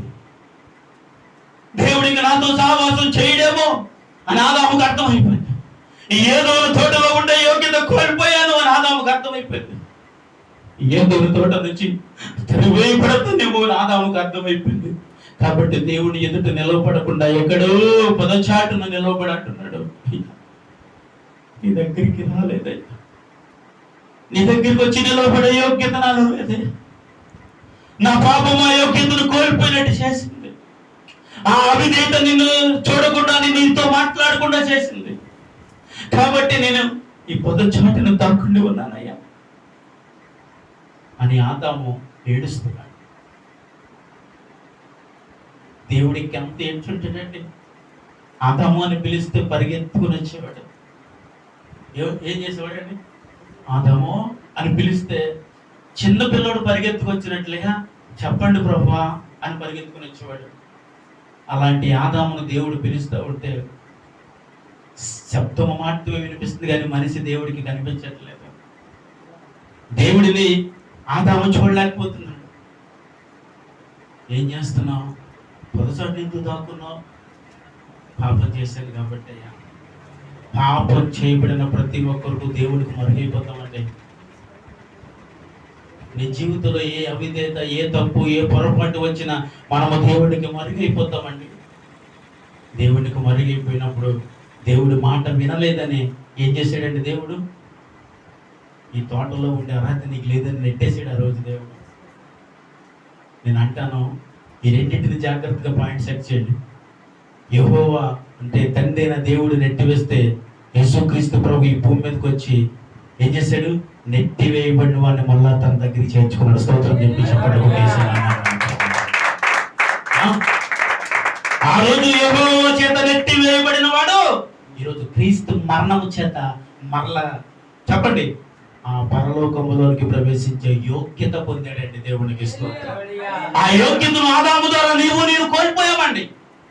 ఇక మరలా పరలోకం వెళ్తామన్న ఆశ లేదు ఆ మానవుడికి. మరలా దేవుడిని చూస్తామని ఆశ లేదు మానవుడికి. మరలా దేవుడి సన్నిధికి వెళ్తాను, చచ్చిపోతే ప్రభుత్వం నేను ఉంటాను ఆశ దేవుడి ఎదుట మానవుడికి లేకపోయింది. పూర్తిగా చచ్చిపోయింది. ఆ చచ్చిపోయిన వాడిని మళ్ళా బ్రతికించడానికి దేవుడు ఈ భూమి మీదకు దిగి వచ్చేసాడు. నీకోసం నా కోసం. దేవుడికి స్తోత్రం. హల్లెలూయా. చూసారండి దేవుడు ఎంత గొప్పవాడో. పరలోకాన్ని విడిచి వచ్చాడంటే పరలోకములో ఎన్ని విడిచి రావాలి, ఎంత యోగ్యతను విడిచి రావాలి. పరలోకములో ఉన్న సమస్తమును ఆశీర్వాదాలను విడిచి 24 పెద్దలు సింహాసనమును విడిచి ఈ 6 కోట్లాది దూతలు పరిశుద్ధుడు పరిశుద్ధుడు పరిశుద్ధుడు కొనియాడబడుతున్న దేవుడు యోగ్యత లేని నీ కొరకు నా కొరకు ఈ భూమి మీదకి వచ్చాడంటే హల్లెలూయా. కోట్ల ఆత్మ అనే కోట్ల దూతలు ఆయనని ఏమంటున్నాయి? పరిశుద్ధుడు పరిశుద్ధుడు పరిశుద్ధుడు అని కొనియాడబడుతున్న దేవుడు అంటే ఆయన. అలాంటి గొప్ప దేవుడు ఏ యోగ్యత లేని పాపంలో పడి చచ్చిపోయిన నీ కొరకు నా కొరకు కదా ఈ భూమి మీదకి వచ్చాడు ఆయన. అన్ని సిరి సంపదలు వదిలాడు కదా, కోట్ల దూతలు విడిచిపెట్టాడు కదా, 24 పెద్దలు విడిచిపెట్టి వచ్చాడు కదా. ఇవన్నింటినీ పరలోకములో ఉన్న ఇన్ని ఆశీర్వాదాలను విడిచి ఈ భూమి మీదకి వచ్చి ఏడ్చి ఏడ్చి కన్నీరు విడిచి మనల్ని రక్షించుకున్నారు యేసుక్రీస్తు ప్రభు. హల్లెలూయా. నాకు అనిపిస్తుంది, అయ్యో యెహోవా ఏదోను తోట నుంచి నెట్టి వేస్తే యేసుక్రీస్తు మరణం మళ్ళీ అదే తోటలను మనం తీసుకెళ్ళిన దేవుడికి స్తోత్రం అనిపించిందా ఎప్పుడైనా? దేవుడు అంత కఠినముగా నిర్ణయాన్ని తీసుకుంటా ఉంటే, మనుషులు చనిపోతా ఉంటే ప్రభువుని స్తుతించే వాళ్ళు ఉండలేము అనే ఒకే ఒక నిర్ణయమే యేసుక్రీస్తు ప్రభు ఈ భూమి రావడానికి కారణమైందండి. హల్లెలూయా. కాబట్టి ఆయన రక్తము చేత కడగబడిన మనం మరొకసారి తప్పు చేయకుండా, పాపం చేయకుండా, లోకాలు పడిపోకుండా, లోకాశలను పడిపోకుండాట్లుగా ప్రభా ఏమన్నాడు? పరలోకానికి నీకు చాలా వ్యతిరేకమైన పాపం చేశాను, ఇక నాకు క్షమాపణలు ఎదుర్కొంటా నిలబడే యోగ్యత కూడా నాకు లేదు అంటున్నాడు. ఆ యోగ్యతను ఈరోజు నీకు నాకు యేసయ్య ఇచ్చాడు. హల్లెలూయా. ఇచ్చాడండి. ఆ యోగ్యత ఈరోజు దేవుడు మనకు అనుగ్రహించాడు. కాబట్టి ఆత్మపరంగా చచ్చిపోయిన మనల్ని బ్రతికించి మళ్ళీ క్రీస్తుతో పాటు లేచి అట్టి కృప మనకు దేవుడు ఇచ్చాడు. దేవుడు హల్లెలూయా. సరేండి, దేవుడు ఎంత గొప్ప ప్రేమ స్వరూపం, ఎంత గొప్ప ప్రేమ కలిగిన వాడు, ఎంత గొప్పవాడు. అంత గొప్పవాడు కాబట్టి ఈ భూమి మీదకి వచ్చి అన్నాడు, నేను ముదుగు వచ్చే వరకు సంకనేసుకుంటాను అన్నాడు. సంకన వేసుకుంటాడంట. నిన్ను నన్ను సంకన వేసుకుని మోస్తారంటున్నాడు. మనం ఏం చేద్దామంటే వద్దు నన్ను దించే అంటామండి. ఎవరు బాబు వద్దురా సంకన ఉండరా బాబు, నేను తీసుకెళ్తున్నాను, నీకు ఏం కావాలంటే నన్ను వద్దు దించే. ఏం కావాలి వీడికి అంటే ఈ లోకంలో కొన్ని కనపడుతున్నాయి, వాటిని చూసి అనేసి నన్ను దించే నన్ను దించే నన్ను దించే అంటే వీడు ఏం చేస్తాడు తండ్రి? ఎంతసేపు ఎత్తుకుంటాడు, ఎంతసేపు ఎత్తుకుని ఎత్తుకుని ఎత్తుకుని పద్మనోడు బీగితే వింటాడు. ఎందుకు కొట్టడు? మన దేవుడు కొట్టేవాడు కాదు. నువ్వు నేనైతే పద్మకి ఎక్కడికి వెళ్తావు అంటాను నేను. దేవుడు అలా కొట్టకే మళ్ళీ సంగతికి వెళ్ళి మళ్ళీ ఏదైతే వద్దు అనుకున్నా మళ్ళీ వాడిని అయితే చేసుకుంటాను. అదే ఈ భౌతికమైన తండ్రిలో ఒకసారి యేసుక్రీస్తు ప్రభు ఆలోచించి సంగతికి అంటే పద్మలో బీగితే మళ్ళీ సంఖ్యకి కూర్చుంటాం. అనిపించిందా లేదండి? ఎప్పుడన్నా నాకు చాలా సార్లు అనిపించింది, బాబాయ్ ఆయన సంఖ్యను ఎత్తుకున్నాను అన్నాడు, మళ్ళీ లోకంలో ఉన్నదాన్ని చూసి ఒకవేళ ఆశపడి దిగితే ఒకసారి పీకితాడేమో అని భయం వేస్తూ ఉంటది. అలా భయం వేస్తే సంఖ్య దిగుతాను మారం చేయం మనం, అంతేనండి. ఎప్పుడైనా చూసారా అలాంటి 6 ప్లస్ చూడలేదా? నేను చూసానండి బాబు, నేను చూసాను. ఒక రోజు అలాగే రోడ్డు క్రాస్ చేస్తా ఉంది, తన తల్లి సంఖ్య వేసుకుంది పాపం బెగ్గర్స్ వాళ్ళు. దాటుతూ ఉంటుంటే ఆ పిల్ల సంఖ్యను వచ్చి దిగిపోతా ఉంది కిందకి. దిగిపోతా ఉంటుంటే ట్రాఫిక్ ఫుల్గా కారు జర్నీ చేస్తుంది, ఫుల్ డ్రైవింగ్ జరుగుతూ ఉంది. అక్కడ ఆ ట్రాఫిక్ లో దిగిపోయి నడిచేస్తానంటుంది. పాట్కొని పీకిన సంఖ్యలు కూర్చొని మాట్లాడుతున్నారు. దేవుడు మనలో కూడా అలా పీకితే సంఖ్య దిగుతామండి. ఎందుకు దిగుతాం? ఒకడు పీకితే ఎక్కువ మంది సంఖ్యలో కూర్చొని అయ్యి బాబాయ్ దించుదానన్నా సరే వద్దు బాబాయ్. భయం, ఆ భయమే లేదు. తండ్రి కొడతాడన్న భయం లేదు ఈరోజు మనకి. మా నాన్న ఎప్పుడు కొట్టలేదని చూస్తున్నారండి. మన నాన్న మనం కొట్టకపోవచ్చు అండి, దేవుడు కొట్టాలి మనల్ని. కొట్టగా ఎలా తయారైపోయాం మనం, కొడితే ఎలా తయారై ఉండేవాళ్ళు కాదు. తప్పు చేశారా, పాపం చేశారా, రెండు బాబు కడిగేసుకోండి. ఆయన రక్తాన్ని చిందించేస్తే ఆ రక్తంతో కడిగేసుకుని మళ్ళీ ఏం చేస్తున్నాం మనం? ఇదే చెప్తున్నాను నేను. ఆయన సంఖ్యను వేసుకుని పాపం నిన్ను నడిపించకుండానే, నడిస్తే నీ కాళ్ళు నొప్పి పడతాయని, ఏదో గుచ్చుకుంటాయని, ఏదో బాగా వస్తుందని, మళ్ళీ నాకు బాగా వస్తే ఇశ్రాయేలు ప్రజలు ఏదో మాట్లాడేస్తాను భయం వేసేది. ఆయన అన్న సంఖ్యను వేసేసుకుంటారు, అన్నాడు సంఖ్యను వేసేసుకుని నేను పరలోకం తీసుకెళ్తే మధ్యలో ఇవన్నీ చూస్తున్నాను అనుకుని.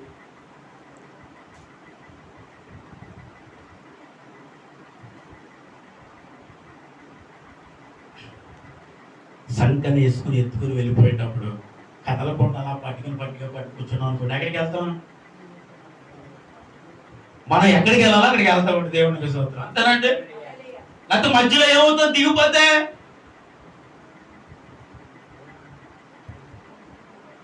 కాకినాడ వెళ్ళాలని బస్సు ఎక్కినమ్మా, దిగిపోయాను నేను. అదే మరి కాకినాడ వెళ్ళాలంటే ఏం చేయాలి మరి? దిగిపోతే ఎలా కుదురుతుంది? వెళ్ళొద్దా? రష్గా ఉందండి కాకినాడ బస్సు. మా సత్తుపల్లి నుంచి వచ్చేటప్పుడు మా బస్సు తెద్దానండి. బస్సు చూస్తేనేమో చాలా అల్పంగా ఉంది, చాలా డొక్కు బస్సు వేసాడు మహాప్రభు. ఆ బస్సు నిండా ఎక్కించాడు, దానికి బంపర్ లేవు, మామూలుగా వస్తలే సౌండ్, నడులు కదిలిపోతుంది జనాలకి. 70mm డీటే సౌండ్ వచ్చేస్తుంది లోపల కూర్చుంటే. అప్పుడు నా వల్ల ఇంకో బస్సు ఉందేమో దిగిపోదా అన్న. నేను అమ్మగారు అంటుంది కదా, సత్య బస్సు లేదు, ఇందులో కూర్చోవాలి, సత్య కూర్చోవాలంటే దేవుడికి చూడండి. లేకపోతే మళ్ళీ రేపే ప్రయాణం, ఈ రోజు ప్రయాణం లేదు.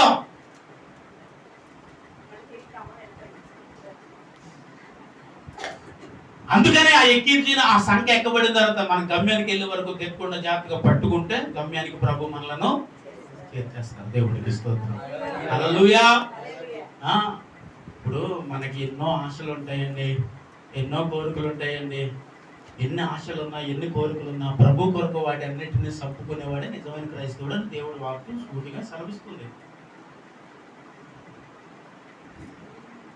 ఈ మాట చివరిగా ఎందుకు చెప్తుందంటే మాకు ఎన్నో ఉంటాయండి అని అంటాం కదా. మరి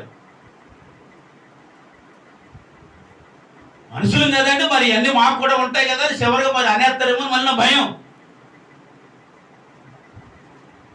మరి యేసుక్రీస్తు ప్రభు కూడా ఉంటాయి కదా. ఓళ్ళండి ఆయన దేవుడు కదా, ఆయన శిష్యుని తీసుకుంటే బాబోయ్ ఏసై కోసం ఎన్ని వదిలేశారంటే వాళ్ళు. ఏం వదిలేశారు? జోసెఫ్ యేసు ప్రభు కోసం ఏం వదిలేశారు?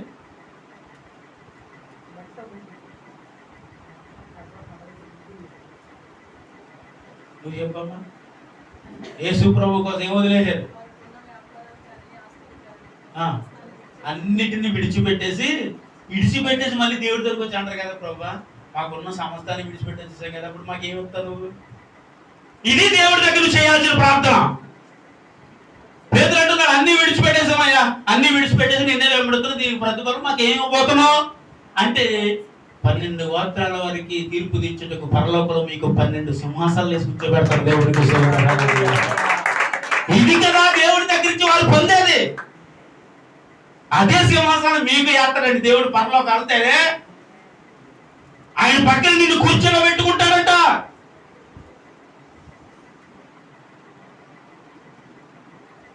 మన ఎమ్మెల్యే గారి దగ్గరికి వెళ్తే మా పక్కన కూర్చోబెట్టి ఆయన పక్కన కూర్చోబెట్టుకుంటాడు మనల్ని. మనకి యోగ్యత లేదంటాడు కదా. మరి యేసుక్రీస్తు ప్రభు స్వయంగా పరలోకం తీసుకెళ్ళి మా పక్కన కూర్చోబెట్టుకుంటానంట. మనకి ఇది కావాలా అది కావాలా, భౌతిక సంబంధమైన అన్నింటినీ మరచుకో, విడిచిపెట్టే పర సంబంధమైన ప్రతి వాటిని నువ్వు గుర్తు పెట్టుకో. వాటిని నువ్వు గుర్తు పెట్టగలిగితే ఎక్కడ ఉంటాం? పరలోకంలో దేవుని యొద్ద ఉంటాం. దేవునికి స్తోత్రం.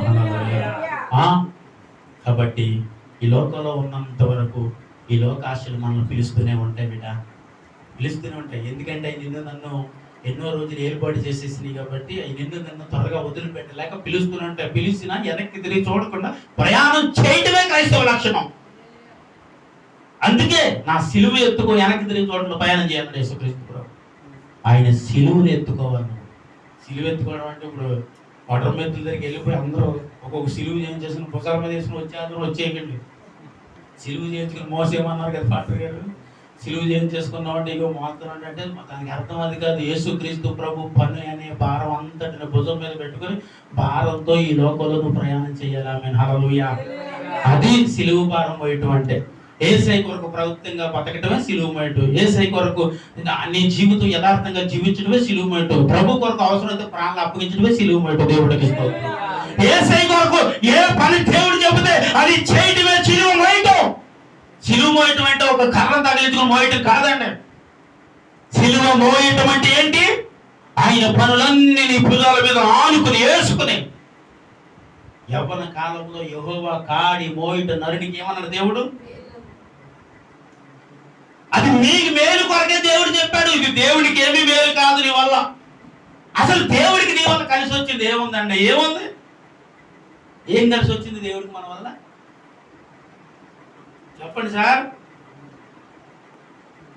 ఈ భూమి మీద ఉన్న ప్రతి ఒక్కరికి ఏ మేలు లేకుండా ఏ పని చేయరు కదమ్మా. చేస్తా నువ్వు కూడా చేయవు, అంతేనండి. మేలు లేకుండా ఏ పని ఎవరు చేయరు.